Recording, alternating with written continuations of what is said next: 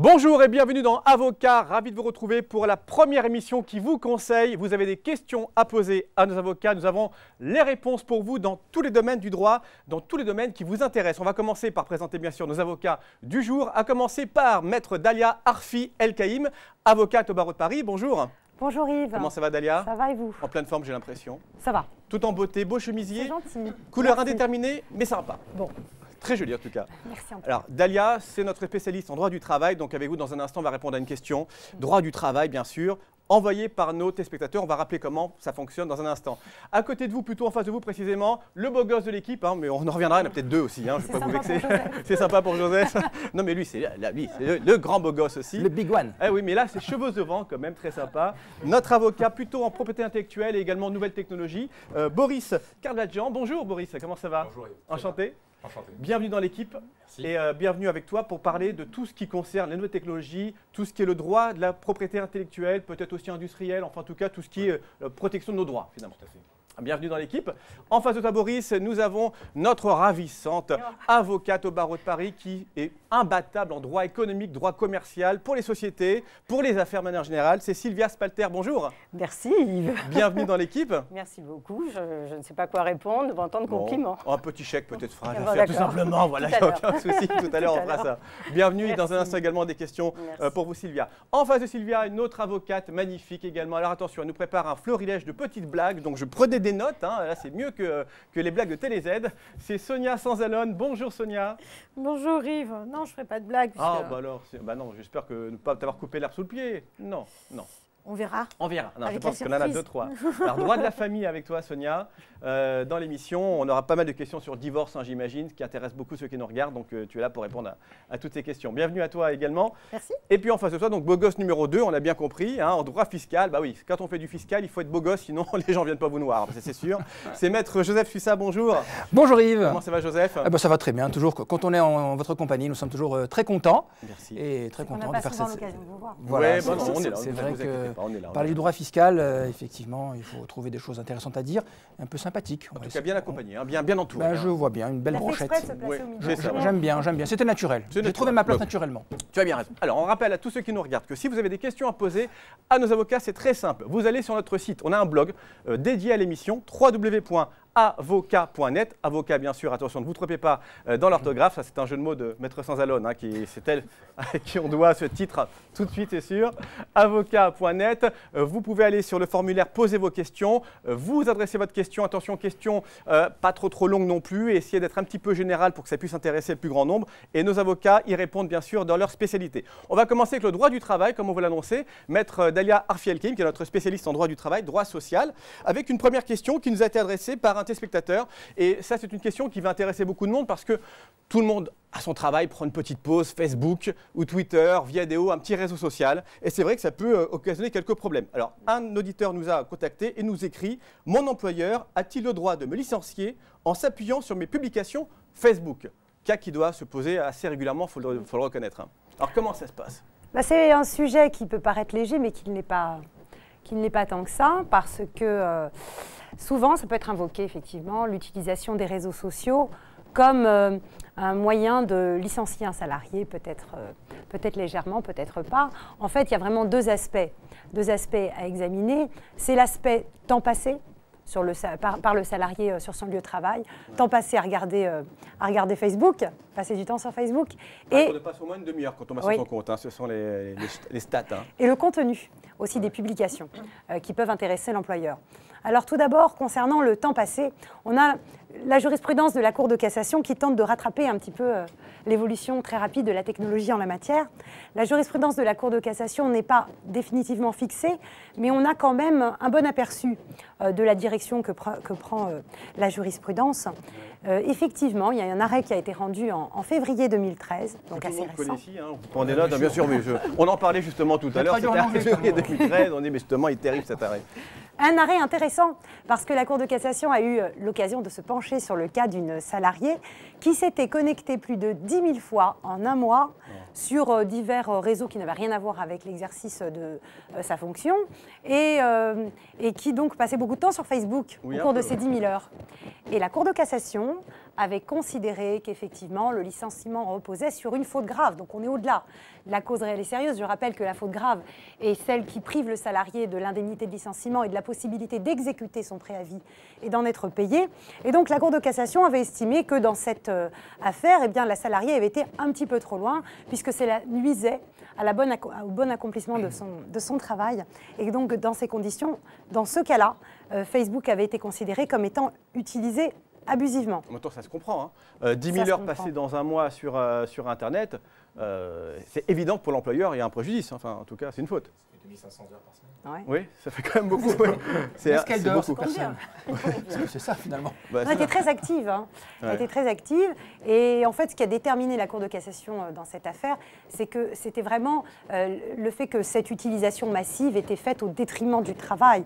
Et donc, l'utilisation ponctuelle en elle-même n'est pas sanctionnée. Ce qui est vraiment, c'est l'abus qui va être sanctionné par la jurisprudence en considérant qu'effectivement, on est quand même employé pour travailler sur ces dossiers et pas pour faire autre chose. Alors bien sûr, Dalia, ça dépend aussi quand même du contenu de ce qu'elle indique dans ses posts sur Facebook, hein, j'imagine aussi. Hein. Tout à fait. Donc, reste à savoir si l'employeur a un droit de regard sur ce contenu ou pas.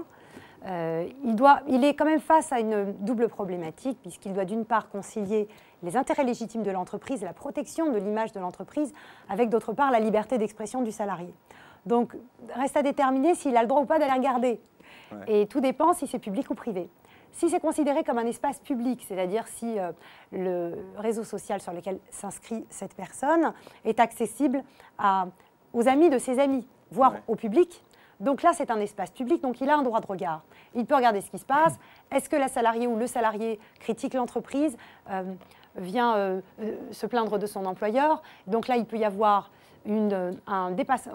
dépasser ce qu'on appelle, enfin, le dépassement de la liberté d'expression, et par ailleurs un dénigrement de l'entreprise. Donc tout ça peut être considéré comme un grief de nature à justifier un licenciement intervenu à l'encontre d'un salarié qui s'exprime sur Facebook. Si le statut est public et qu'on publie, tout le monde peut regarder. Mais si c'est privé, j'imagine qu'il n'a pas... Alors si c'est privé, normalement c'est couvert par la confidentialité des correspondances.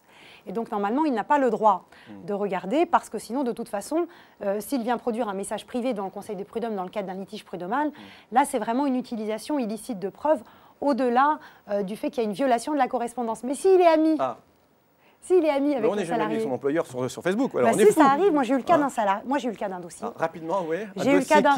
j'ai eu un dossier. Ils se sont battus à coups de poing finalement. Non, c'est une salariée qui était en arrêt maladie. Et puis son employeur est ami avec elle sur Facebook.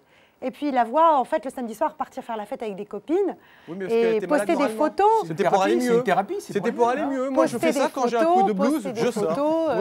D'un après-midi, d'un déjeuner avec des amis alors qu'elle était censée donc à tout cas, elle est mieux. Voilà, et donc on a pu utiliser ça à l'appui d'un licenciement et c'est passé. Bon, alors en tout cas, faites attention, c'est bien ce qu'on retient de ce que vous avez dit, sauf bien sûr pour aller voir avocat.net sur internet et regarder l'émission, là c'est open bar, votre patron vous augmentera même je pense si vous le faites, mais sinon attention donc à droit du travail et qui est très précis. Merci beaucoup Dalia. Vous intervenez bien sûr sur ce qui va être dit après, notamment sur la question suivante, puisqu'elle va intéresser aussi les réseaux sociaux. On va encore un peu reparler de Facebook avec une nouvelle question. Cette fois, c'est pour vous, Boris Calvadjian, notre avocat donc en droit propriété intellectuelle, mais également nouvelles technologies, avec une question qui vous est adressée. Et oui, à vous. C'est une jeune femme qui vous l'adresse. Tiens, on se demande pourquoi c'est un hasard. Oui, une mannequin me dit-on de l'agence Élite, je ne sais pas, je dis ça tel quel, hein, je dis ça, mais les coordonnées sont là pour y répondre. C'était ma question, ça. S'il y a besoin de la contacter pour une consultation, il n'y a pas de souci. Voilà. Alors, j'ai été insulté sur les réseaux sociaux, alors Facebook, Twitter, Viadeo, enfin on connaît les réseaux sociaux. Que puis-je faire? Alors, les insultes sur les réseaux sociaux, il y en a tous les jours. Est-ce qu'on peut se défendre contre ça, Boris? Oui, on peut se défendre. Tout dépend encore déjà de savoir ce qu'on entend par insulter. On connaît dans la loi, on va dire, deux grandes infractions dites de presse, puisqu'elles remontent à 1881. C'est l'injure et la diffamation. L'injure, c'est une expression outrageante, un mépris, une invective, type voyou, salopard, voilà, on sait ce que c'est. Pourquoi il me regarde? Pourquoi vous regardez Maître Suisse? Non. Qu'est-ce qu'il vous a fait? J'ai même pas demandé à parler au mannequin d'élite, alors je ne sais pas, je ne comprends pas. Et qui ne comporte pas de faits précis. Tandis que la diffamation, c'est lorsqu'on vous impute un fait déterminé qui porte atteinte à votre considération, à votre honneur. Et il faut savoir que s'il ne s'agit ni d'une injure, ni d'une diffamation, ça peut tout simplement relever de la liberté d'expression. Ah oui, on passe à travers. Ça peut être une critique, voilà. Alors, qui est responsable de quoi? Évidemment, le premier, c'est l'auteur du message. Hein. Ce n'est pas Facebook qui est d'abord responsable, c'est l'auteur du message, que vous pouvez parfaitement assigner en justice. C'est parfaitement envisageable. Et si vous voulez faire supprimer ce contenu, alors il vous incombe d'écrire à ces sites, à ces réseaux sociaux, pour leur demander de supprimer ce contenu qui est manifestement illicite, parce qu'en tant qu'hébergeurs, ils ont l'obligation à ce moment-là de supprimer une fois qu'ils sont dûment informés. Et s'ils ne le font pas, c'est l'histoire de l'affaire Twitter, par exemple, sur les tweets antisémites, Ouais. on peut les poursuivre également. Tout à fait, ils engagent leur responsabilité, c'est ce qu'on appelle une responsabilité limitée. Hein, ce n'est pas eux les premiers responsables, mais ils le sont s'ils ne réagissent pas. Quand agir, il faut être rapide, parce que l'injure et la diffamation, lorsque c'est public, c'est 3 mois pour agir, à compter de la date de publication. Si c'est privé, par exemple dans le cadre d'un message entre personnes, on peut agir, par contre ça d'une gravité moindre, puisque c'est une contravention de première classe, et là on a 1 an pour agir en justice. Donc quand c'est privé, 1 an pour agir, on répond à la question. Et si c'est par contre c'est public, hein, on le disait tout à l'heure avec Maître Arfielkem, un profil public ouvert à tous, c'est comme si finalement on injuriait dans un journal ou à la télévision. Oui, ou part, sur le mur Facebook par exemple. Sur le mur voilà. Facebook, hein, Ouais. on considère également ça comme une publication publique. fait. Et donc là on a 3 mois et on peut quand même se retourner contre l'auteur des propos, voir le site si par contre il ne fait rien, quoi. Oui, s'il ne fait rien, ou même si, en dehors de ces sites comme Facebook, Twitter, ces sites ont un vrai rôle d'éditeur. Hein. S'ils ne se contentent pas simplement d'héberger du contenu, mais qu'on arrive à prouver qu'ils sont, des véritables éditeurs, alors on peut engager leur responsabilité à eux, personnelle. On va dire. Merci beaucoup, mon cher Boris. Ça, c'est très intéressant parce qu'on a tous, c'est vrai, un réseau social, on est tous sur des sites type Facebook, Twitter, et ça arrive d'avoir comme ça des tweets injurieux, diffamation. D'abord, il faut savoir si c'est bien une injure ou une diffamation, ou simplement un mot qui nous déplaît mais qui ne rentre pas dans cette qualification-là. Et si oui, on se dépêche d'agir parce qu'il faut faire quelque chose. Il faut vraiment se dépêcher parce que ce délai de 3 mois de prescription, il est terrible. C'est à compter de la publication. Et qui démarre, et après c'est fini, quoi. Mais enfin, l'injure fait mal immédiatement, donc si on a besoin de plus de 3 mois pour réfléchir, pour initier l'action. Oui, mais le problème, c'est qu'on a engagé une action sur un autre fondement et que finalement le délai est passé, et finalement on se rend compte que c'était une diffamation. Et... donc on revient et c'est trop tard. Et c'est trop tard, voilà. Si on pose une question, genre, est-ce que j'ai vraiment un cerveau? Vous avez un cerveau? C'est pas une injure, c'est pas une diffamation, c'est une question? Ça peut être insultant. Vous voulez poser la question? Il faut le justifier. À moi? Mais non, on me pose une question sur est-ce que cette personne a vraiment un cerveau? Ça peut être insultant. Ça peut être insultant. J'ai pas de cerveau, mais j'ai un bon avocat. Vous allez voir un peu ce qu'il va vous faire. Allez, autre question envoyée par tête, cette fois à vous, Sylvia Spalter, notre avocate en droit économique. Vous êtes d'ailleurs spécialisée en droit économique, Absolument. droit commercial. Question envoyée par un téléspectateur donc, à l'émission Avocat pour nous écrire très simple, pour interroger nos avocats, www.avocat.net. Il y a une page, envoyez vos questions. C'est super simple. Je lance un business via un site internet. On parle beaucoup d'internet aujourd'hui. Oui. Dois-je établir des conditions générales de vente, ce qu'on appelle les CGV? Ou alors, quand c'est sur internet, c'est un peu plus souple. Bon, alors, premier point, Yves, je ne suis pas en train de me défiler. Est-ce que c'est un business qui va s'adresser à d'autres professionnels ou est-ce que c'est un business qui s'adresse à un consommateur non professionnel? Ça fait une différence. Oui, ça fait une différence parce que certaines dispositions, d'abord, entre professionnels, les conditions générales sont obligatoires. Qu'on soit dans une relation papier ou dans une relation via un site B2B. Si, en revanche, je m'adresse à des consommateurs, à des clients, théoriquement, je ne suis pas contraint de leur remettre des conditions générales de vente. Mais évidemment, la prudence et compte tenu de l'ampleur des obligations qui pèsent sur un distributeur de services ou de produits via Internet fait que la première recommandation, c'est évidemment ayez des conditions générales de vente, ayez des conditions générales de vente les plus précises possibles, puisque c'est le seul moyen d'encadrer votre relation aussi bien de service que de vente à votre client. Alors, je disais, il y a une différence parce que si vous êtes un professionnel qui s'adresse à un autre professionnel, B2B, c'est ça? Mais non, pas to be free, m'a dit Boris tout à l'heure. Ce n'est pas ça du tout, c'est autre chose.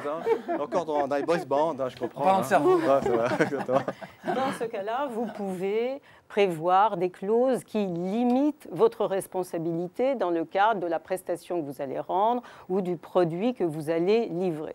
ces clauses sont absolument inopposables dans le cadre, pardonnez-moi, inopposables, ne sont pas valides, régulières. La traduction s'affiche sur l'écran en même temps. Merci. S'agissant d'un site de vente destiné à des consommateurs. Il en est de même si vous voulez mettre dans vos conditions générales de vente le lieu où vous allez faire trancher un éventuel litige avec votre client. Si vous êtes un professionnel, vous pouvez dire que toute action sera jugée, par exemple, par le tribunal de commerce de Paris. Impossible, même si votre siège social de nouvel opérateur sur un site internet de vente ou de services, de biens ou de services, vous ne pouvez pas, par rapport à des clients privés, imposer une juridiction.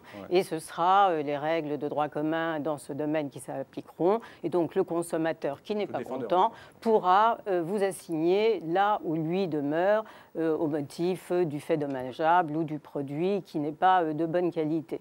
Donc c'est effectivement tout à fait important. Point que je veux immédiatement soulever, parce que alors l'ensemble des obligations qui pèsent sur vous, c'est bien sûr, dans le cadre de vos conditions générales, prévoir toutes les conditions s'agissant du délai de rétractation si vous vous adressez... Fameux, surtout sur Internet. Voilà, si vous vous adressez à une clientèle de consommateurs, de particuliers.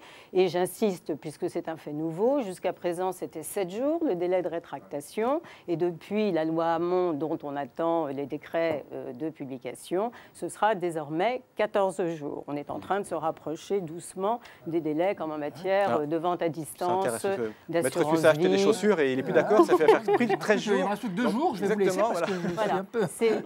C'est très important parce que 14 jours, on a effectivement le temps d'ouvrir le paquet, d'essayer la robe.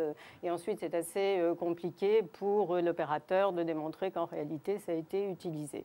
Donc, 14 jours maintenant, droit de repentir. Alors que le produit est déjà livré, bien évidemment. Ouais. Donc, c'est un point très important. Autre point d'alerte sur lequel j'insiste, à savoir si vous avez l'intention de constituer un fichier avec tous ces gens qui vont venir visiter votre site pour acheter vos services ou acheter vos biens. Et si effectivement vous avez le projet de collecter des informations sur vos visiteurs, alors comme rappelé précédemment, il est absolument essentiel d'être en conformité avec la réglementation informatique et liberté et donc de faire une déclaration auprès de la CNIL. C'est très simple, vous avez un formulaire en ligne, j'en ai imprimé un exemplaire que l'on peut montrer, mais sinon c'est tout à fait simple on voit bien, là. à remplir. J'imagine, la déclaration simplifiée. C'est très simple, on l'imprime, voilà. On le trouve sur le site. Et... Tout à fait. Et j'insiste également sur les mentions légales en ce domaine qui autorisent, enfin, qui s'imposent à vous à partir du moment où vous constituez votre site, de bien préciser que toute personne peut obtenir communication des informations qui sont stockées dans votre fichier et que toutes ces personnes peuvent vous demander une modification des informations ainsi stockées. Alors, une petite chose sur les cookies. Pour finir, les cookies. Ah, c'est l'heure du goûter, ça tombe bien. Voilà. Une petite chose, sachez également, alors je pense que tout le monde connaît maintenant ce système qui permet à partir du moment où vous êtes allé visiter un site de savoir quels sont vos domaines de choix, de prédilection, de produits, de lieux de vacances, etc. Et à chaque fois que vous allez chercher une information, on va vous mettre en parallèle déjà les visites, les produits, etc. Sachez également qu'il y a une recommandation qui va sortir, qui était en gestation à la fin de l'année 2013, de la part de la CNIL sur un certain nombre de précautions que vous devez prendre également en ce domaine si vous avez ce projet. C'est très récent. C'était très, très complet comme réponse. Merci beaucoup. Donc faites attention à vos conditions générales de vente. On fait le distinguo entre professionnels, B2B, donc, et également si on s'adresse à des particuliers. Mais sinon, on va voir un avocat, c'est quand même mieux pour ne pas faire de bourde. De toute façon, les conditions générales, je dirais, tous les opérateurs en ont. Et la tendance de faire du copier-coller, attention, parce que... Ça peut ne pas correspondre du tout. Voilà. Merci beaucoup, Sylvia. On va parler de toute autre chose et du droit de la famille avec Sonia Sanzalone, notre avocate en droit de la famille. Et on va parler du divorce un petit peu, sans doute. Ah oui. De manière amusante. Bah bien sûr. Oh, bah oui, on va essayer de rigoler avec ça. Bon courage. Ça arrive aux autres. Bonne chance, bonne chance. Alors, question pour vous envoyée par un téléspectateur de Avocat, avocat.net, je rappelle pour envoyer toutes vos questions. Parlez-en autour de vous. Cette émission maintenant existe avec des avocats spécialistes qui répondent à vos questions comme ça, en plateau. Une question précise. J'ai assigné ma femme en divorce pour faute il y a 6 mois, mais maintenant on s'entend pour divorcer et on souhaite faire cela sans conflit. Alors, est-ce trop tard? Vous voyez, finalement, on arrive à en sourire, mais ça s'est un peu arrangé. C'est vrai que c'est souvent le cas, c'est tellement long les procédures de divorce que parfois, entre-temps, ils s'essoufflent et disent « Bon, viens, on s'entend parce que j'en peux plus ». Oui, non, mais puis c'est possible, ça? Alors, c'est une réaction intelligente d'un homme qui a un cerveau, hein, on va le dire, voilà, puisque... Non, je venais de la femme, en l'occurrence. L'homme prétend trop que sa long, femme non, est en faute. Bon, je passe. Une femme commet-elle une faute? Le débat est ouvert. Bon, en bref, il avait assigné sa femme. Effectivement, ce qui veut dire qu'il est au stade où il a déjà déposé une requête par avocat devant un juge, et à un stade où il se dit, est-ce bien utile de dépenser autant d'argent pour arriver de toute façon à un divorce? 2 personnes intelligentes qui ont décidé de se concilier. Alors, c'est tout à fait possible. La loi de 2005 prévoit plusieurs choses. La première, ils s'entendent sur tout, et ils vont vers ce qu'on appelle un divorce par consentement mutuel. Donc, à ce moment-là, moi, je leur conseille de garder chacun leur avocat, parce que s'il y a des petites dissensions, les avocats sont là pour les amoindrir, pour aller l'un vers l'autre, pour demander à chacun de faire un pas s'il y a des petites réticences quand même. C'est aussi le rôle de conseil de l'avocat. Voilà. C'est pas toujours jeter de l'huile sur le feu. Par contre, le divorce par consentement mutuel fait que forcément, les 2 ex-conjoints vont s'entendre sur tout, c'est-à-dire sur leurs biens et sur, en général, les enfants. Donc ça signifie vraiment une bonne entente, une possibilité de s'entendre. Il peut y avoir un bien à liquider, pas forcément dans l'immédiat. Or, il faut passer devant le juge avec une convention qui établisse tout. La loi de 2005 prévoit quand même d'autres choses, à savoir la possibilité que chacun reconnaisse des torts à l'un ou à l'autre. Et ça évite aux amis, à la famille et autres de faire des attestations, de s'immiscer dans un débat qui n'est pas le leur. Et donc d'avoir un divorce qui est beaucoup plus souple. Le juge ne va régler que ce qui est réglable, entre guillemets, c'est-à-dire les intérêts matrimoniaux, le principe du divorce. Donc, par exemple, constater que les 2 époux sont d'accord sur le principe du divorce, constater, il ne va pas plus loin, ou constater que chacun fait des reproches à l'autre, mais est d'accord, et constater qu'on ne demande pas à énoncer les griefs. C'est plus confortable parce que c'est quand même très désagréable de devoir faire témoigner les proches contre son conjoint. Mais bon. Voilà. Et puis de s'apercevoir surtout qu'on a attesté de quelque chose qui n'était pas exact. Mais bon, c'est un petit peu dommage ça aussi. Mais cela ne nous regarde pas, mais attention, punissable la fausse attestation. Et on peut aussi s'entendre sur les enfants, laisser les biens en attente dans ce genre de process. Donc très intéressant parce que ça permet d'aller plus rapidement, d'apaiser le débat et de remarquer que chacun peut repartir du bon pied dans sa vie. On aura peut-être un peu raté son mariage, mais on aura réussi son divorce. Oh, très belle formule. Ça, c'est la formule que tous les avocats de droit de la famille doivent noter et de répéter. Donc, en tout cas, c'est possible. Et c'est vrai que la loi de 2005 tend vers ça. C'est l'esprit un petit peu de facilité. Avec plusieurs facilités. De rendement conflictuel. Avec plusieurs facilités. Divorce pour rupture de la vie commune depuis plus de 2 ans. Reconnaissance chacun de tort. Reconnaissance signature d'un PV. Et le must du must, qui existe toujours, le consentement mutuel, quand on est vraiment d'accord sur tout. C'est ce que vous conseillez, mais, vous voilà, oui, mais toujours avec 2 avocats, je vous dis, pour colmater les petites brèches. Oui, parce qu'on ne sait jamais. Voilà. Donc c'est ce qu'on appelle la passerelle, finalement, un petit peu. Voilà, c'est ça, c'est exactement ça. Voilà, la fameuse fameuse passerelle, et que les juges adorent également. Ça leur facilite beaucoup le travail. Ils prennent beaucoup de passerelles, les juges, ils adorent ça. Donc en plus, vous êtes bien vu du magistrat qui, soit vous entend une 2e fois en consentement mutuel avec les clients, soit ne constate que l'avocat, comme toujours, a bien fait son travail et donc amène un dossier bien ficelé dont le juge n'a plus qu'à prendre acte. Vous avez raison. Ça peut repartir en contentieux. Avec 2 avocats, oui, mais avec 2 bons avocats et 2 personnes qui au départ ont décidé de se concilier, non, rarement. Rarement. Merci beaucoup. On va prendre une passerelle pour aller de vous jusqu'à Maître Suissa. Donc une petite passerelle, une petite passerellounette, un petit escalier, j'ai envie de dire, un petit pupitre. Oui.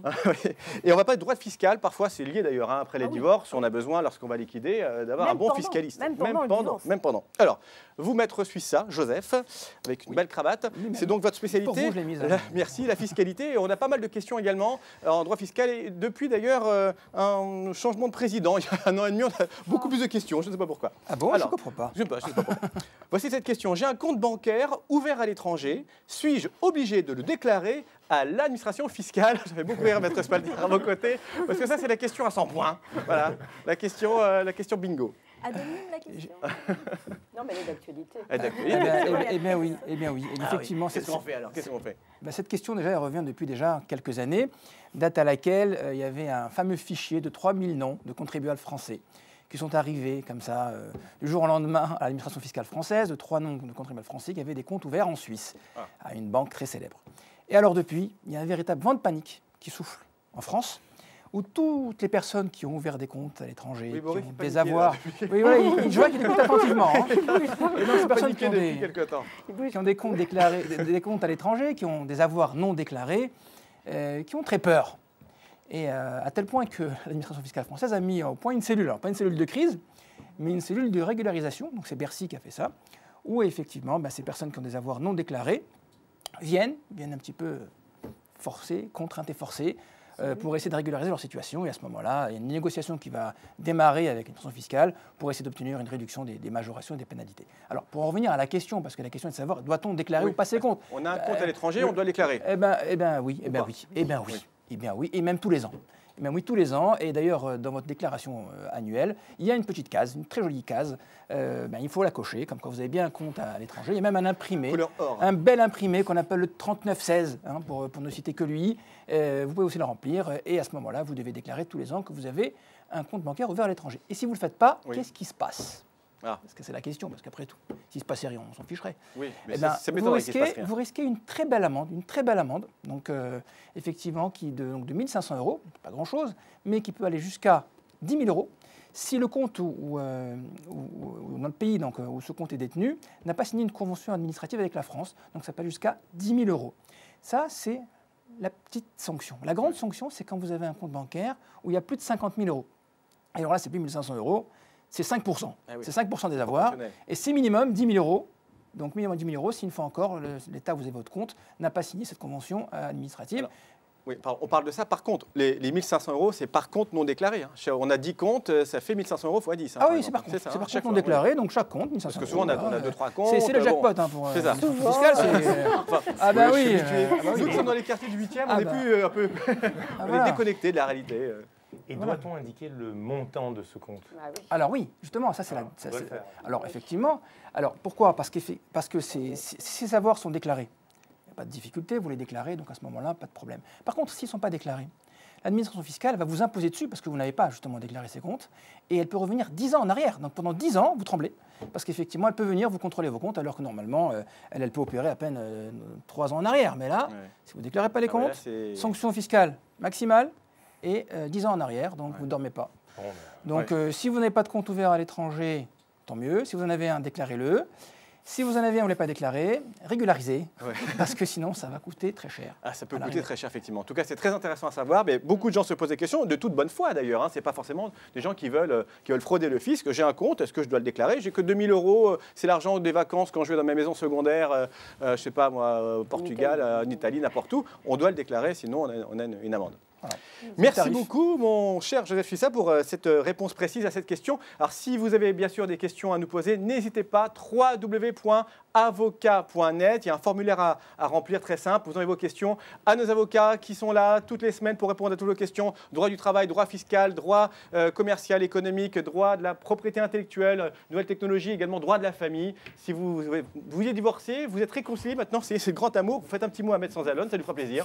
Juste comme ça pour le plaisir, on ne sait jamais, ça peut toujours arriver, ça arrive des fois. Oui, bien sûr. Oui, tout le temps. Oui, c'est ça, tout le temps. L'audience, finalement, l'audience de conciliation, on concilie, bien sûr, ça porte bien son nom. Merci beaucoup, en tout cas, à toute l'équipe d'avocats. Merci infiniment. Merci. Je rappelle vos noms, avocat barreau de Paris, maître Dalia Arfi-Alcaï, maître Joseph Suissa, également maître Sylvia Spalter, notre amie également Sonia Sanzalone, et puis Boris, je ne vais pas écorcher votre nom, donc c'est pour ça que je prends le papier pour être sûr de bien le dire. C'est de quelle origine, ça? C'est d'origine arménienne. D'arménienne. Bon, c'est tous arméniens qui nous regardent, j'ai plein de copains arméniens. Boris Galvadjian, merci beaucoup, avocat barreau de Paris. On se retrouve la semaine prochaine avec une nouvelle émission. Vos questions, avocat.net. Rendez-vous très prochainement. À bientôt. Salut. À bientôt.